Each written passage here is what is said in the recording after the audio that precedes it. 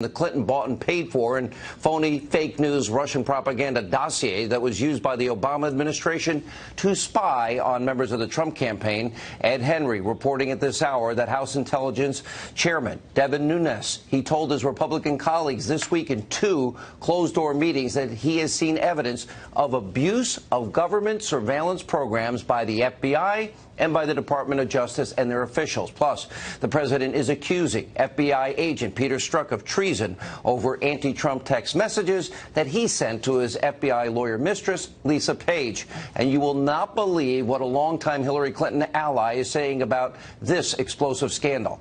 And tonight, Judicial Watch is scoring yet another major victory. The State Department is being told to speed up the release of Hillary Clinton's emails. How about some urgency? That's good for once. Also, Barack Obama, he cannot quit his habit.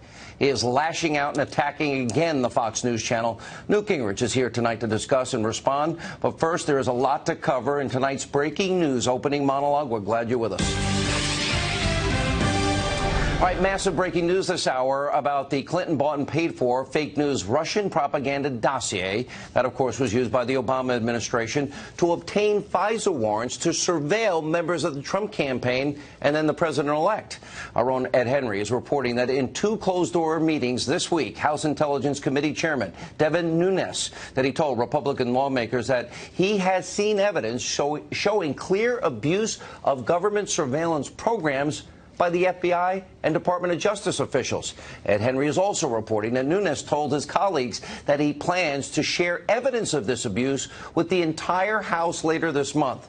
Now, this is a major development, but as we've been saying, there is so much more information that needs to come out, and it will, because I'm telling you, this is the beginning of a massive historic scandal. It's unfolding unlike anything this country has ever seen before. This is going to reach the very highest levels of your government, including the DOJ, the FBI, the intel community. Sarah Carter tonight reporting, and we have confirmed this with our sources, that as soon as next week, examples of systemic FISA abuses will in fact be revealed. Any unbiased so-called journalists, well, they should be able to see this as the major story it is, worthy of further investigation. But is the media in this country so abusively biased and so anti-Trump that they can no longer care about simple, basic, fundamental truth, our Constitution, our freedoms, our liberties? Does the media not care about any of this? The media, as we have been pointing out nightly, is so bad at this point in time in history and so radically left in their ideology that, in fact, sadly, truth, facts, they don't get through to them. The only thing that seems to matter is destroying and delegitimizing President Trump. That has been their only objective for over a year, and you see it happening day after day, hour after hour. It's pretty disgusting. It's pathetic. It's a disservice. It's disgraceful to you, the American people. But it's why we're going to keep asking the tough questions here on this program, and we'll keep getting information that the American people, all of you, deserve to know. Now, also tonight, the president is eviscerating FBI agent Peter Strzok and his FBI lawyer mistress, Lisa Page, over their anti-Trump text messages. Now, the president is telling the Wall Street Journal, quote, a man is tweeting to his lover that if she loses, we'll essentially go back to the insurance policy, which is they lose, we'll go to phase 2, and we'll get this guy out of office. I mean, this is the FBI we're talking about. I think that is, that is treason. See, that's treason right there. Then the president added, that's a treasonous act. What he tweeted to his lover is treasonous. Now, here's the insurance policy text message President Trump is referring to Strzok, writing his mistress. I want to believe the path you threw out for consideration in Andy's office, that there's no way he gets elected, but I'm afraid we can't take that risk. It's like an insurance policy in the unlikely event you die before you're 40. Now, we here at Fox News and on this show, we believe, we haven't confirmed yet, the Andy mentioned in that text is the Deputy FBI Director, Andrew McCabe. Now, that message, it's only the beginning of this massive scandal. Stay with us here. It gets complicated. Now, Strzok and Page also called Trump an idiot, a lonesome human, and said F Trump. And congressional investigators, they're working to determine if these Trump-hating FBI lovers were leaking information about the Russia investigation to the press after a new round of their text messages were released. By the way, there's about 9,000 more to go. And Strzok also sat in on Hillary Clinton's FBI interview for the email investigation after he and James Comey exonerated her, or began writing the exoneration letter before the investigation, and it was Strzok that signed the original documents kicking off the Russia investigation. This guy's corrupt tentacles touch seemingly everything, also in General Flynn. Now, what Strzok has done here, it is crooked. It is scandalous. And that even former Clinton strategist Mark Penn is saying he should be fired. Here's what Penn said on the Fox Business Network. Take a look. I think that tweet is one of the most damaging things I've ever seen from someone in the government at every level. I don't understand how he's still employed by the FBI. I don't understand how a criminal investigation hasn't been opened to all of this. To me, that is hugely damaging to confidence in the FBI. These two folks were having an affair, using official government channels for their personal communications. That alone would have made them a security threat. Kind of refreshing. That was a Democrat, being honest, for once. Now, there are reportedly 10,000 total messages between Strzok and Page. We've only gotten a fraction of them. Now, that scandal is only going to get bigger. Now, in addition to his comments about Peter Strzok to the Wall Street Journal, President Trump is also taking aim at Congressman Adam Schiff, the ranking Democrat on the House Intel Committee, by saying, quote, he left meetings where people are being interviewed, and then all of a sudden they say a story about what's going on inside the meetings. Well, it's probably illegal what he's doing, but the Democrats, well, they know it's a hoax, an excuse for them having lost the election. Now, while it's unclear if Schiff has been leaking, we know for a fact that another top-ranking Democrat has been leaking. President Trump is continuing to slam who he's now calling sneaky Senator Dianne Feinstein because she unilaterally released the Fusion GPS testimony before Congress. And Trump tweeted, Democrat Dianne Feinstein should never have released secret committee testimony to the public without authorization. Very disrespectful to committee members and possibly illegal. Now, she blamed her poor decision, by the way, on the fact that she had a cold. I bet in school the dog ate her homework. And while Feinstein's actions are threatening to disrupt the Senate's investigation, releasing the transcript actually provided some very revealing information about Fusion GPS and their founder, Glenn Simpson. Simpson actually testified he never even bothered to verify what the former British spy, Christopher Steele, had actually put in the Russian-sourced phony dossier. He also admitted that he was against Trump during the election.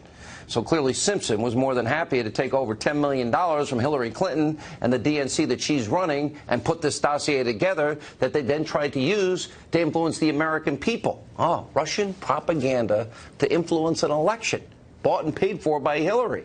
And then a FISA warrant. And finally tonight, Judicial Watch, they're scoring another major legal victory. A federal judge is now ordering the State Department to ramp up the release of Hillary Clinton's email from her time as Secretary of State. And according to Judicial Watch, the FBI discovered 72,000 pages of documents last year that Clinton either tried to delete or did not disclose.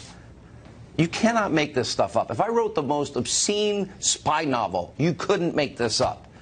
The author of Trumped Up, How Criminalization of Political Differences Endangers Democracy. Harvard constitutional law professor Alan Dershowitz, Fox News contributor Sarah Carter, Judicial Watch president Tom Fitton. Sarah, because you have been on the forefront this week, we now know that the dossier, bought and paid for by Hillary with salacious lies, was used to get a FISA warrant against.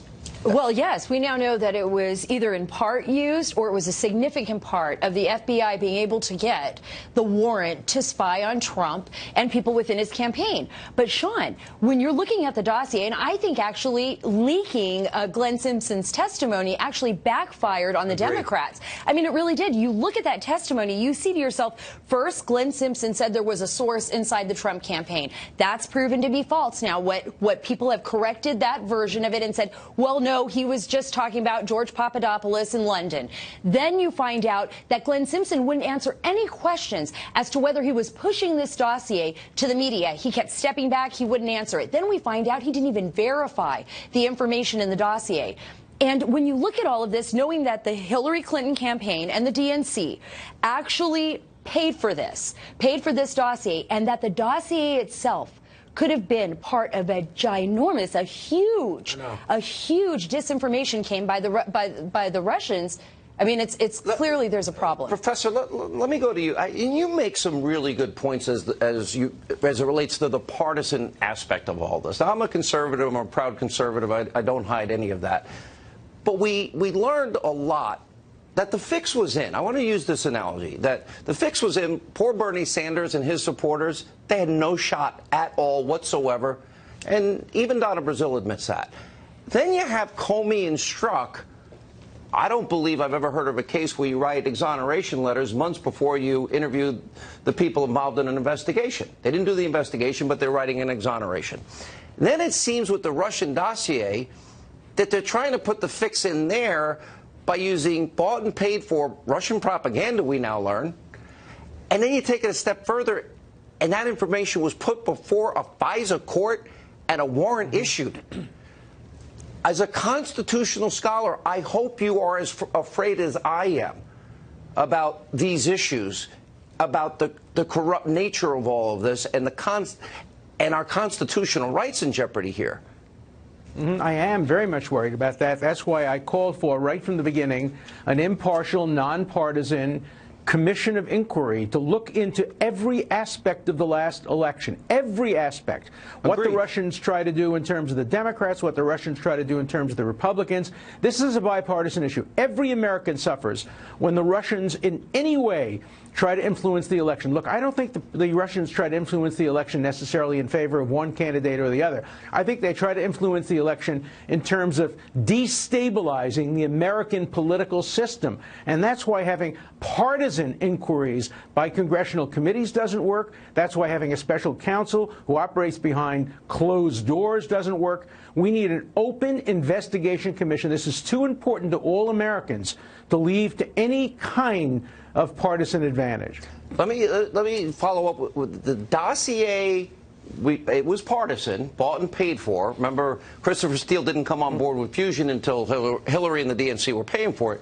But that dossier used to obtain, at least in part, maybe significantly, as Sarah's reporting, to get a FISA warrant on a opposition candidate and a president-elect. Seems like a Fourth Amendment crisis here in many ways. Well, I think it would be a Fourth Amendment violation if the material in the FISA warrant were known to be false. Now, under a case called Franks versus Maryland, it's not enough under the Fourth Amendment for it to be wrong. It has to be known to be wrong. And so, again, this should be looked into. Every fact should be investigated. Nobody should be afraid of the truth. Let the truth come out. Let the American public decide.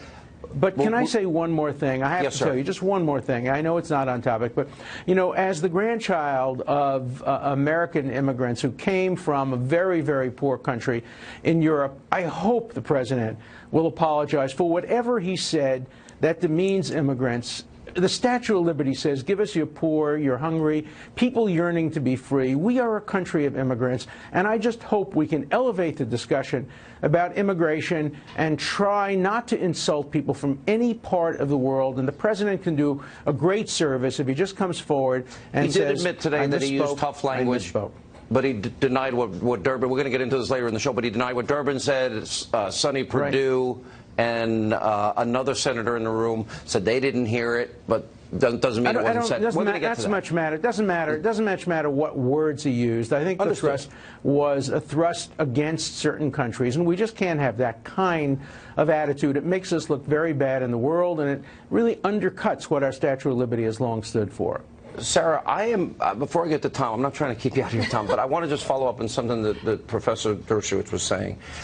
I have one source, I don't have two, that actually told me that there was one confirmation as it relates to the dossier, and I was given a name, and it happens to be somebody that is a corrupt individual inside the Clinton circles, and you know, I can tell by your face, you know exactly what I'm talking about. I know exactly who you're talking about, and if that does come to fruition, if we find out, then the court may have been lied to. Then the court may have been lied to, and then what Alan Dershowitz said would definitely take significance. Agreed. Tom, tell us what the Judicial Watch is doing. Well, you know, I think there's going to be, as Sarah's indicating, a tsunami of information coming out on all of these scandals. We have the court ruling that the Clinton emails need to be released more quickly, so we're going to get all these Clinton emails that she tried to hide or delete. These were the ones deleted, and we haven't seen any of them yet. Yeah, that looks like they may all probably be about new. yoga, wedding, and funeral, and or as we found emailing Bill, who doesn't email. Or we found on the Wiener laptop classified information and pay to play, which I guarantee is going to be coming out. And then we had the court just yesterday talk about how he wants the Comey memos, because he wants to review the Comey memos, which are the genesis of the Mueller operation. There would be no Mueller special prosecutor but for the leaking of Comey to the New York Times on one specific memo. So that material may be coming out. It's all building, and there are text messages that are coming out. And as Ed's talking about, now we're going to find out more details about the FISA, or the intelligence surveillance abuses. Now, my concern is that why are we waiting to find out about them after the reauthorization occurs? I would suggest we find out about the abuses before they reauthorize this for another 6 years. This is such a good point, because Devin Nunes, well, I'll let you report on this, but... Well, yeah, no, I mean, of course, yeah, Devin Nunes is going to, after they rule on the FISA Act, which probably is going to pass, is going to disclose what actually these extensive abuse. Yeah, in the Department of Justice and with the FBI. And I got to tell you this is coming from people within the intelligence community. This system has been abused. It has been abused viciously. And we know from what we've seen, right? We know from what we've seen that there needs to be an investigation. But let's do it before. Let's do it. Let me quote for the professor. Professor Dershowitz, what Devin Nunes is saying, that there is clear evidence of massive abuse of government surveillance by the FBI and Department of Justice officials. I'm a civil libertarian first and foremost, sir. Yeah. We civil libertarians, liberals and conservatives alike, have long worried about the FBI, its surveillance methods, and the potential for abuse. Remember, Comey not only leaked, he laundered the information through a Columbia law professor. He didn't have the courage to stand up in front of a TV camera and say, this is information that I'm going to give you because I want a special counsel to be appointed. He laundered it through a Columbia professor. These are issues that should be investigated. We have to know what surveillance is being used against Americans, and whether you're a conservative or a liberal, or a Republican or a Democrat, you should care deeply about any abuse of this process. If you believe in the Constitution and our constitutional rights, nobody should disagree with that. Last word, Tom. Hillary Clinton and her top campaign aides need to be brought in, at least by Congress, to testify about what they knew and when about this dossier. Glenn Simpson refused to talk about whether the Clinton campaign, his paymaster, what their involvement was in directing Chris Steele's use of Russian intelligence to gather information. A lot of news coming next week? Oh, a lot of news coming next week, Sean. A lot. All right. Stay with this program. You won't get it in the rest of the meeting. When we come back, Ed Henry is here with the latest reaction to President Trump's remarks. Also, comments made by Nancy Pelosi disparaging male colleagues. A lot of news tonight. Stay with us. So there is a lot of drama right here in Washington, D.C., the sewer, the swamp over comments that President Trump made on immigration reform. And also there's controversy surrounding remarks made by Nancy Pelosi that the media, well, they won't talk about that. Here with some insight into all of this, Fox News chief national correspondent. Good to see you, Ed Henry. Good to see you, Sean. Republican Senator Tim Scott is saying that his South Carolina colleague, who was in the room with the president, Lindsey Graham, told him that President Trump said some version of what has been reported about that blank hole comment related to immigration. Last night, when this broke, and I came on your show, White House aides were not denying it was said, but two other Republicans today who were in that meeting, Senators Perdue and Cotton, said they do not recall the conversation playing out that way. And the president himself, who knows what he said or didn't say, tweeted, quote, "The language used by me at the DACA meeting was tough, but this was not the language used. What was really tough was the outlandish proposal made, a big setback for DACA." He added, never said anything derogatory about Haitians other than Haiti is obviously a very poor and troubled country. Never said, quote, "take them out," made up by Dems. I have a wonderful relationship with Haitians, probably should record future meetings. Unfortunately, no trust. Now, as the president held an event at the White House today to commemorate Dr. Martin Luther King Jr. Day, Various pundits and anchors at places like CNN flat out called him racist, while various officials inside foreign governments, ranging from Haiti to South Africa, also attacked the president. But that may play right into what White House officials told us last night, that the president's more concerned about border security here at home and protecting Americans than what foreign governments have to say about his policies. The bigger question for the president, his agenda, is whether this episode makes it even harder for him to accomplish the already tough battle of getting the wall along the southern border included as part of a deal on DACA. As Republican Speaker Paul Ryan today said these comments were unhelpful, and Senator Dick Durbin, a key leader in terms of rounding up Democratic votes, flatly claimed the president said it. Whether you're coming from Haiti, we've got great friends from Africa in Janesville who are doctors who are just incredible citizens. And I just think it's important that we celebrate that. And then he went on and we started to describe the immigration from Africa that was being protected in this bipartisan measure. That's when he used these vile and vulgar comments. Durbin and other Democrats not expressing much outrage, though, about controversial comments about immigration from House Democratic leader Nancy Pelosi. She said the immigration talks are led by, quote, 5 white guys, which sounds like the Five Guys fast food chain. The 5 white guys, I call them, you know. I said, you going to open a hamburger stand next or what? Well, one of those white guys is Pelosi's number 2 in the Democratic leadership, Congressman Steny Hoyer. He rebuked her. He said it was offensive. A sign this already volatile debate is getting inflamed, Sean. All right, Ed Henry, thanks so much. You're gonna stay with us. We also bring in former White House press secretary and Fox News contributor Ari Fleischer. Ari, you were commenting on this last night, and I'm just asking, as an irredeemable, deplorable human being that clings to God's, my Bible, I believe in the Second Amendment, and my religion. A lot of things are said in politics, but what do you make of the conflicting views? Where do you come down on it? Well, here's where I come down, Sean. I believe in addition. I believe in being inclusive. I believe in welcoming people to this country and that we should get the votes of Hispanics, African Americans. It doesn't matter who you are, because our ideas are the best and we can help lift people up.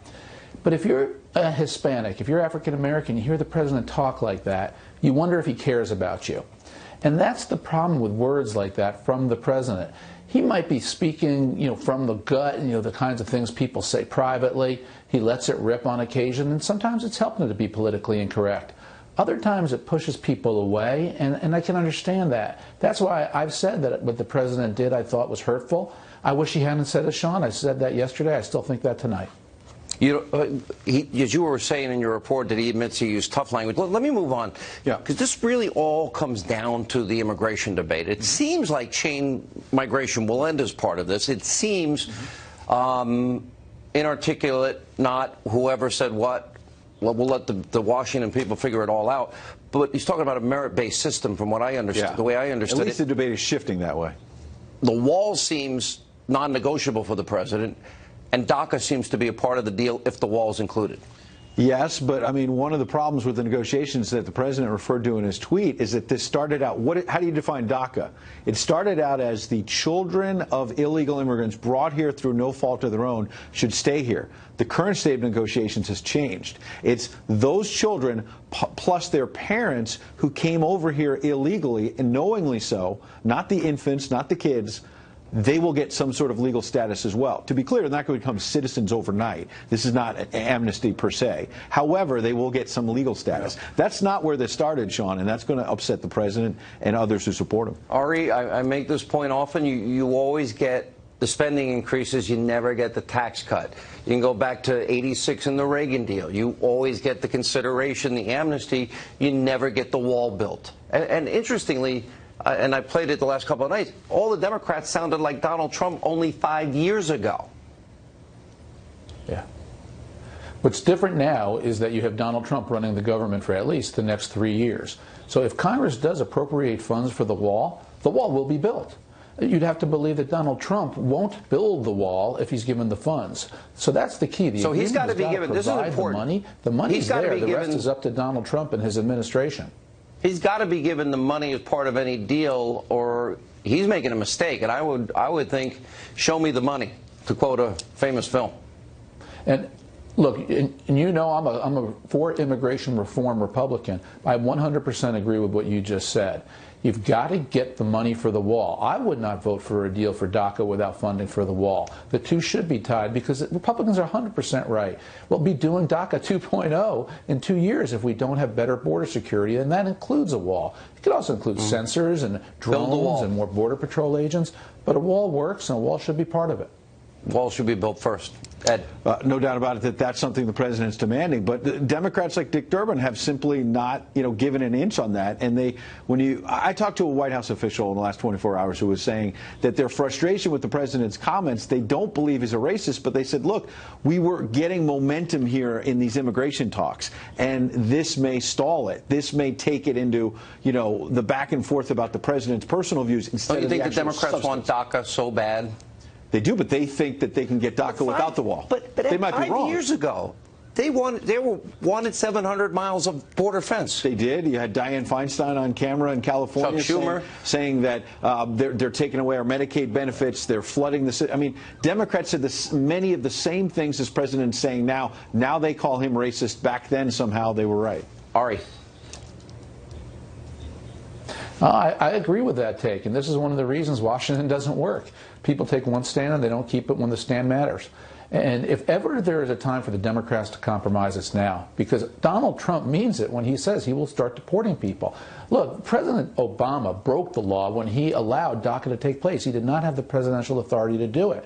So what Donald Trump's going to do is enforce the law. The law is on the books. If the Democrats want to change the law, they need to compromise. All right, guys. Good to see you both. Appreciate it. A lot more coming up in this busy breaking news night. President Obama taking yet more swipes at the Fox News channel. Newt Gingrich, he'll react as we continue from our nation's capital, the special edition of Hannity. Well, yes, he's at it again. President Obama, he's been out of office almost a year, but in an interview on David Letterman's new Netflix show, the former president, he can't get over it. Again, taking swipes at Fox News. Watch this. What the Russians exploited, but it was already here, is we are operating in completely different information universes. If you watch Fox News, you are living on a different planet than you are if you listen to NPR.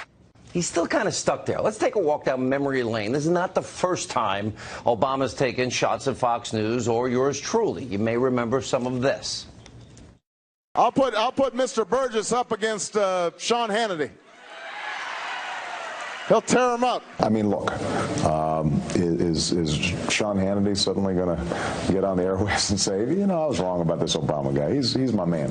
No, that's not going to happen. I think that there's a certain segment of hardcore Sean Hannity fans that probably wouldn't want to go have a beer with me. There's no doubt about that. With respect to Sean Hannity, I didn't know that he had invited me for a beer.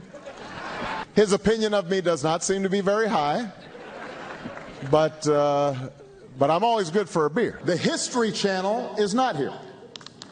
I guess they were embarrassed about the whole Obama is a devil thing.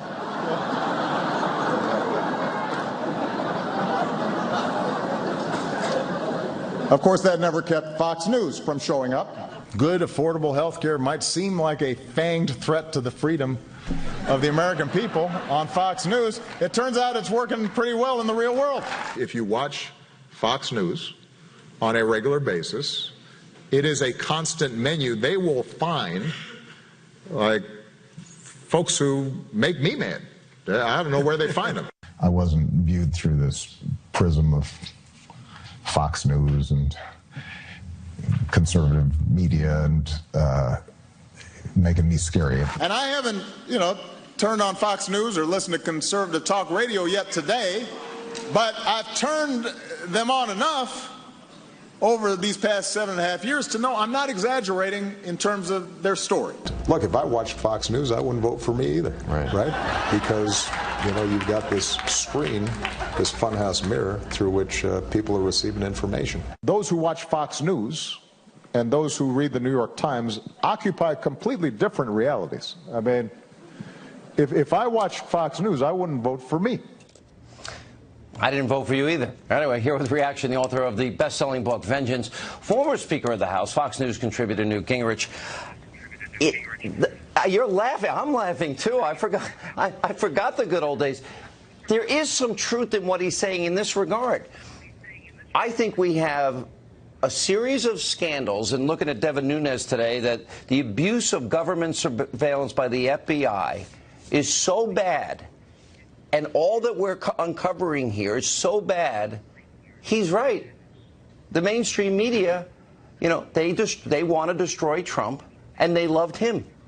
It's that simple. Look, you and I know each other a long time, so I'm going to spend some of your money. Why don't you offer $100,000 to create the Barack Obama Fox News Sean Hannity Scholarship, if he will come on the show with you? That is Done. Such a funny, look, that's such a funny Done. Segment. Well, I'm just telling you, I listened to it and I thought to myself, this guy is so whacked. And he doesn't, today, I mean, he still doesn't get it. He doesn't. And then I'll never get it. Look, many, many years from now, in a nursing home or a nice retirement community, Barack Obama will be still living in a fantasy life. He'll think that Iran really wanted to have a deal. He'll think that high taxes really work. He'll think that welfare is a good deal. I mean, what you just put together is, as I think, funny a statement of who Barack Obama is as I've ever seen. And it captures this sense of being out of touch with reality. Let's talk about the media in this sense. They've spent a year, Mr. Speaker. There's no evidence of Trump-Russia collusion. We played the montage of Democrats saying there's no evidence of collusion. And yet we do have evidence of unbelievable instance of abusing the weapons of intelligence and surveilling, unmasking, and leaking raw intelligence. We know that the fix was in with Hillary and Bernie. We know that the fix was in Comey and Strzok. Rigged, they had an exoneration before even an investigation. We know that Hillary paid for a dossier full of Russian propaganda. We know that dossier now was used to get FISA warrants to spy on an opposition candidate and a president-elect and his team. And I'm not even talking about Uranium One or Debbie Wasserman Schultz. There are two realities here. And the media has chosen a reality of partisanship and conspiracy theories. Either that or I'm wrong. But they didn't think Trump could win, and people like you and me were right. Look, what you have to understand, and I'm actually working on a book called Trump's America, trying to explain this because it is so unbelievably hard to understand if you're a normal person. Over here is a left-wing corrupt establishment which sincerely sees this entire fight as a function of identity politics in which if they lose, they will disappear. Over here are the rest of us who are thinking, you know, a lot of these ideas are really weird. I mean, Obama thought if you gave $100 billion to Iran, they'd be nice people. Obama thought it was terrific that we had more people on food stamps than ever before. You can go down a whole list of these things. And this is really a definition of life and death. And so what you and I are living through is a period where the old order, the establishment that inherited, and then this is important to understand, they inherited Walter Cronkite, they inherited Edward R. Murrow, they inherited the old Harvard, and they inherited all these great centers of authority and responsibility, and they have gradually turned them into left-wing nutcake positions. And so the truth is we're in an identity fight in which if we win, they disappear. If they win, we disappear. That's why what you and I experience, because we're great friends, we're great warriors in the same cause, and we both understand if we lose, we will literally disappear. On the other hand, if we win, America will continue to move forward as the freest country in the world. Why? And I think that's why both of us fight. You're describing it perfectly, to be honest. Or at least nobody, I think, really wants to know what truly motivates us, but that's a separate issue. But as a practical matter, I can shoot off a litany of Obama statistics and what his true record is on the economy. You mentioned Iran. You think he can bribe murdering thug dictators and, not mention radical Islamic terrorism. And then in a year of Trump, you can compare policy significant changes with tangible results. But the media won't talk about any of it. Look, you would think if Barack Obama was a sincere person who genuinely cared about African Americans, when you got a report this week that we have the lowest black unemployment in years because the economy is starting to work. Trump's tax cuts, regulatory cuts, pro-business attitude is starting to work. You'd think that having the lowest black employment, lower than any time under Barack Obama, that Obama would say, this is great. He can't afford to believe it. Yeah. Nancy Pelosi can't afford to believe it. Chuck Schumer can't afford to believe it. Because if it was true, they would disappear. Mr. Speaker, we always appreciate you being with us. Have a great weekend. We'll see you next week.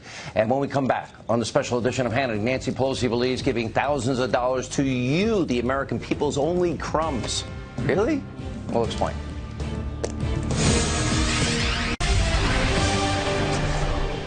All right, in December, under President Trump's leadership, a sweeping new tax reform bill was passed, and the American economy is now booming. Stock market again at an all-time high, and just yesterday, Walmart announced that many of its employees are going to receive a $1,000 bonus, making Walmart the latest American company to give bonuses to its employees in the wake of the tax reform bill.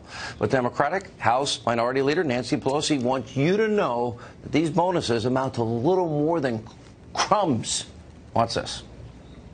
In terms of the bonus that corporate America received versus the crumbs that they are giving to workers to kind of put the schmooze on is so pathetic. It's so pathetic. Really? $1,000? I'll take $1,000. Now, this arrogant dismissal of the surging economy is nothing new for Democrats, and liberal lawmakers have been spreading the doom and gloom message about Trump's economic strategy for months, but they've been wrong. Watch this. Under this plan, the wealthiest Americans and wealthiest corporations make out like bandits, while middle-class Americans are left holding the bag. This is Armageddon. This is a very big deal because you know why? There's really a very hard way to come back from this. They're going to explode the debt. They're going to raise taxes on hardworking families. Because the federal treasury is being looted tonight in order to give tax breaks to billionaires and to large profitable corporations. They're going to cut programs for the elderly, the children, the working families of this country, and the poor. Yes, they want to poison the air, water, and kill children. Here with reaction, White House senior advisor for strategic communication, Mercedes Schlapp. Obama was the only president in history that never reached 3% GDP. We had 13 million more Americans on food stamps, 8 million more in poverty, lowest labor participation since the 70s, the worst recovery since the 40s, lowest home ownership rate since in 51 years, and he doubled the debt. Really?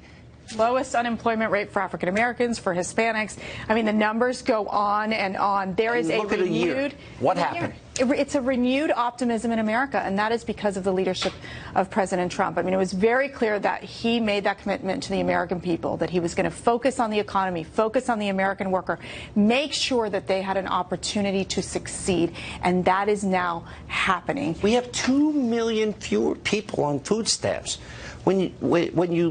Everything's broken down by demographics. Right. African Americans are doing better in the last year than they did under how many years under Obama? Right. The same with the economy, same with consumer confidence, same with home ownership rates. I mean, and let's just look at Nancy Pelosi. I call her Negative Nancy, and the demoralizing Democrats. You've been in the White House how many weeks? Now you got a nickname for everybody? Well, I have a great mentor, the president. But clearly, the Negative Nancy here, I mean, she's calling this like, these are crumbs, $1,000. I mean, for American and how rich is families, Negative Nancy? Well, it just shows how out of touch Negative Nancy is from the American people. Wait, didn't we pay for that her Gulfstream to go to San Francisco and back when she was Speaker? Yes, and just to say that for her and for the Democrats to basically say we want to take away these tax cuts from the American people, that these American hardworking families don't deserve these tax cuts because guess what? They think government is a better answer. That is not what President Trump did. He stood away from that and basically said, no, so I'm standing with the American people. February, that's what he's done. And even CBS, I don't know if you saw when they got 3 American families. Yes. We're all getting a significant tax cut. We played that. So starting in the first week of February, people will see more money in their paychecks. That's right. The Department of Treasury just announced the withholding tables, and it clearly shows the benefits that you're going to see 90% of Americans who are going to benefit from this tax cut. By the way, I'm not one of them. I live in New York, a high-tax state. But you know, you have the average family making $75,000. They'll get a tax cut of about $4,000. It's doubling the standard deduction. It's about the child tax credit. This is about a tax cut law that helps American families. And this is what is American greatness in terms of the economy. That is what the president promised, and the president has delivered on the economy. And it's very clear that he's focused on making sure that American hardworking families you like your new keep job? their money. I do. I'm very honored to be working with the president. We miss you here, but you'll come back, I hope. Yes. All right, we have a lot more Hannity, including more great calls from the Hannity hotline. Earlier this week, it said every time I open my mouth, I kill a kitten. Straight ahead.